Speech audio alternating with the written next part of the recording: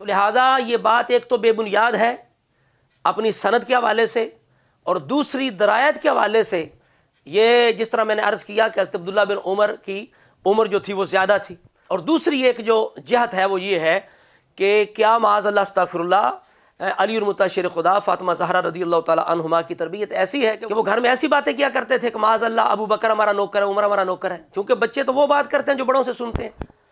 تو یہ بالکل حضرت مولا علی شیر خدا پر الزام بھی ہے، توہین بھی ہے، فاطمہ زہرا پر الزام بھی ہے، توہین بھی ہے، اور یہ ان ساری ہستیوں کی بے ادبی گستاخی ہے، ان پر بہتان ہے۔ تو لہٰذا یہ اعظم قادری پہلے تو قادری نہیں ہے، ہمیں اس سے کوئی سروکار نہیں ہے، اسے پہچان لیں۔ بالکل پہلے بھی کئی دفعہ اس نے اس طرح کے اشعار پڑھے ہیں اور یہ توبہ کر چکا ہے، لیکن آئندہ بھی پڑھے گا، چونکہ یہ لوگ باز نہیں آتے۔ لہٰذا ایسے جو گمراہ قسم کے، غیر ذمہ دار قسم کے، جو صرف پیسے کے پجاری ہیں، دنیا کے چاہنے والے ہیں، نعت خان، ان سے بالکل آپ اپنے اسٹیجوں کو پاک رکھیں۔ کہیں آپ کے گرد و نواح کے اندر، قرب و جوار کے اندر بھی آ رہے ہوں تو ان لوگوں کو منع کریں کہ یہ بندہ گمراہ ہے، یہ بندہ گستاخ ہے، بے ادب ہے۔ لہٰذا ایسے بندے سے ہم بالکل توبہ کا مطالبہ نہیں کرتے، چونکہ بار بار جو بندہ اس طرح کی حرکت کرے اس کی توبہ ایسے قبول نہیں ہوتی۔ لہٰذا اس بندے پر ہم بالکل اعتبار نہیں کرتے، نہ ہم توبہ کا مطالبہ کرتے ہیں، نہ امید رکھتے ہیں، نہ ہم اس کی توبہ پر اعتماد کرتے ہیں، چونکہ یہ عادی مجرم ہے، بار بار یہ حرکتیں کرتے اور آئندہ بھی کریں گے۔ بالکل یہ محتاط رہیں، کوئی بھی نقیب، کوئی خطیب نعت خان یہ شعر پڑھے تو اسے بالکل پکڑیں، اس سے حوالہ مانگے۔ اب دیکھیں میں نے قرآن مجید کی جو آیت پڑھی ہے والسابقون الاولون من المہاجرین والانصار والذین اتبعوہم بإحسان، یہ سورہ توبہ کی آیت نمبر 100 ہے۔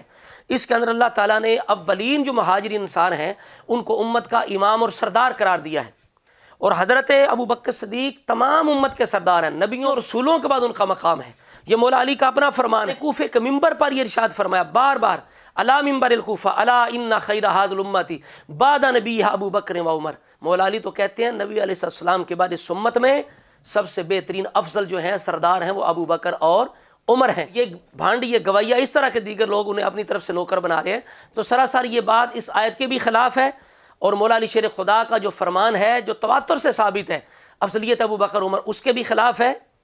اور اسی طرح رسول اللہ کا ایک فرمان ہے مسند احمد، اسی طرح کر کے ترمذی، ابو داؤد وغیرہ کے اندر یہ روایت اس طرح کی موجود ہے کہ یہ دیکھیے مولا علی شیر خدا بھی اس کے راوی ہیں، 5-6 صحابہ اس کے راوی ہیں، مولا علی شیر خدا، ابو سعید خدری، حضرت جابر، حضرت انس، حضرت ابو جحیفہ رضی اللہ تعالیٰ عنہم، یہ سارے صحابہ اس ارشاد رسول کو روایت کرتے ہیں۔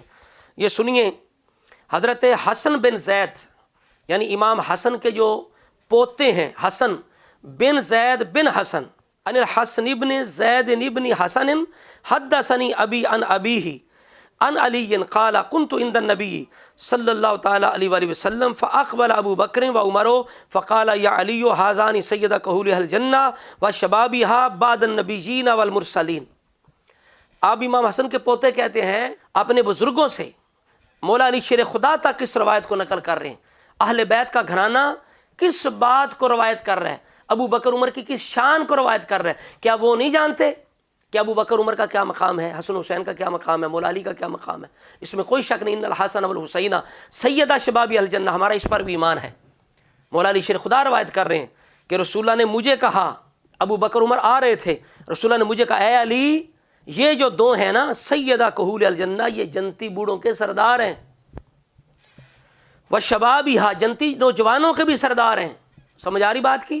بعد النبیین والمرسلین، اور یہ روایت بالکل صحیح السند ہے، مسند احمد کی یہ روایت ہے۔ روایت نمبر میں عرض کر دیتا ہوں، اس کا نمبر ہے 602، مسند احمد 602 نمبر یہ روایت ہے، جس کے اندر مولا علی شیر خدا رسول اللہ کا یہ فرمان نقل کر رہے ہیں کہ نبیوں رسولوں کے بعد جتنے بھی بوڑھے یا جوان ہیں ان کے سردار کون ہیں؟ ابو بکر و عمر۔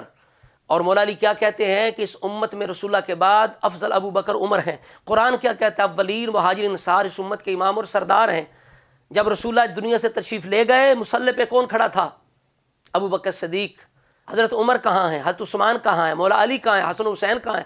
پورے تمام صحابہ امت کہاں ہیں؟ ابو بکر صدیق کے پیچھے۔ آپ امام الائمہ ہوئے، پوری امت کے اماموں کے امام ابو بکر صدیق ہیں، پھر عمر فاروق ہیں۔ لہٰذا یہ جو اعظم اپنے آپ کو قادری کہتا ہے یہ بالکل قادری نہیں ہے، اس پر قاطعاً یقین نہ کریں، امید نہ رکھیں، چونکہ اس کی پہلی بار نہیں ہے، کئی دفعہ اس طرح کے خلاف عقیدہ اہل سنت اشعار پڑھ چکے ہیں، آندہ بھی پڑے گا، ہمیں اس سے کوئی سروکار نہیں، صرف آپ کو محتاط کرنا چاہتے ہیں کہ ایسے جو بھانڈ اور گویے ہیں جو بار بار عقائد اہل سنت کے خلاف اس طرح کے اشعار پڑھتے ہیں، ان سے محتاط ہو جائیں، ان سے اپنی محافل کو پاک کر لیں۔ اللہ رب العزت کی بارگاہ میں دعا ہے ہم سب کو اپنی اپنی ذمہ داری پوری کرنے کی توفیق عطا فرمائے۔